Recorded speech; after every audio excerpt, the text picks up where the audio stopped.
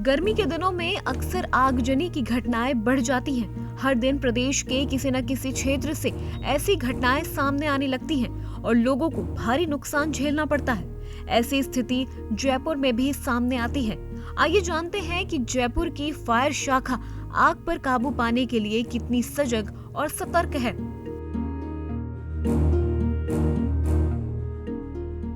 आग लगने का मेन कारण है सबसे बड़ी लापरवाही। अगर लापरवाही नहीं हो तो मतलब आग से सुरक्षित रखा जा सकता है। आग लगने के गर्मी का कारण ये है कि कभी-कभी गर्मी में हम ये देखते हैं कि हमारे शॉर्ट सर्किट ज़्यादा होते हैं और चिंगारियाँ भी ज़्यादा आती है।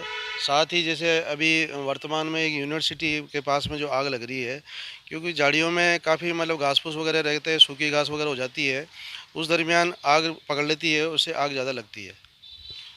सर, अब आपने आग लगने का कारण तो स्पष्ट कर दिया, लेकिन क्या हम इन आग लगने की घटनाओं से निपटने के लिए पूरी तरह से सक्षम हैं?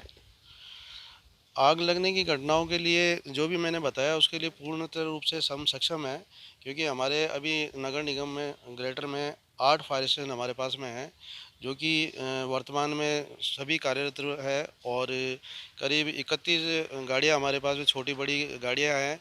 इसके अलावा 8 मोटरसाइकिल हमारे पास में हैं। साथ ही एक air hydraulic ladder platform 42 metre हमारे पास में जो बहुमंजिला इमारतों के लिए रेस्क्यू करने के लिए काम आती है। इसके साथ ही अभी वर्तमान में डायरेक्टर लोकल बॉडी ने एक 70 मीटर की गाड़ी का ऑर्डर दिया है। कुछ ही समय पश्चात हमारे पास में 70 मीटर की गाड़ी भी हमारे पास उपलब्ध होगी, जो कि रेस्क्यू करने का साधन भी है हमारे लिए और आग बुझाने का साधन भी उचित है। संसाधनों को लेकर जगदीश फुलवारी बताते हैं कि फायर स्टेशनों पर हमारे पास परमानेंट स्टाफ के साथ हमने कॉन्ट्रैक्ट बेसिस पर भी एम्प्लॉय रखे हैं, क्योंकि जैसे जैसे जयपुर बढ़ता जा रहा है उसके हिसाब से साधन भी बढ़ाने का हम पूरा प्रयास कर रहे हैं। इसके लिए निगम और सरकार भी प्रयास कर रही है। कई बार देखने को मिलता है कि तंग गलियों में ये बड़े-बड़े व्हीकल्स नहीं पहुंच पाते। ऐसी स्थिति में हमारे पास क्या इक्विपमेंट है? तंग गलियों के लिए हमारे पास में छोटी गाड़ियाँ भी है, 1000 लीटर की गाड़ियाँ भी है, 2000 लीटर की गाड़ियाँ भी है, उसके साथ में हमारे पास में 500 लीटर की गाड़ियाँ भी है। साथ ही तंग गलियों के विशेष रूप से अगर जैसे ट्रांसफार्मर की आग लग जाती है या कोई छोटी-मोटी आग लग जाती है, उसके पास में हमारे पास में वाटर मिस्ट मोटरसाइकिल उपलब्ध है।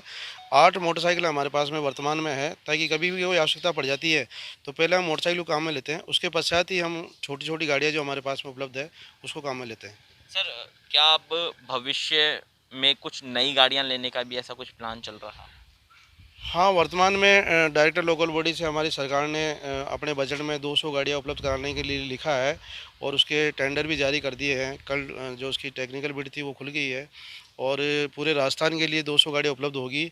हमारे पास में भी नगर निगम ग्रेटर के पास में कुछ गाड़ियाँ हमारे पास में उपलब्ध होगी और नया बेड़ा हम तैयार कर रहे हैं। सरकार इसके साथ ही एक नई भर्ती की योजना भी उन्होंने बना के दी है। नई भर्ती के लिए फाइनेंस से उनकी सैंक्शन मिल गई है और जल्दी ही हम फायरमैनों की और एएफओ की नई भर्ती शुरू करेंगे। हालांकि राजधानी में आगजनी की घटनाओं से निपटने के लिए फायर स्टेशन और संसाधनों को अपग्रेड जरूर किया जा रहा है, लेकिन आपको जानकर हैरानी होगी कि जयपुर का फायर डिपार्टमेंट अस्थायी कर्मचारियों के भरोसे चल रहा है। दोनों निगमों में तकरीबन 250 फायरमैन और 150 ड्राइवर कॉन्ट्रैक्ट पर लगे हुए हैं, जबकि स्थायी फायरमैन महज 112 और स्थायी ड्राइवर 22 ही हैं। कोशिश की जा रही है कि फायर डिपार्टमेंट को और ज़्यादा बढ़ाया जाए, वहाँ पर फायर स्टेशन और ज़्यादा बनाए जाएँ। साथ ही साथ अगर बात की जाए तो जिस तरह से नए संसाधन जोड़ने की बात की जा रही है, तो अब डीएलबी ने इस क्रम में भी काम शुरू कर दिया है। जयपुर से अंकुर जाखड़, ईटीवी भारत।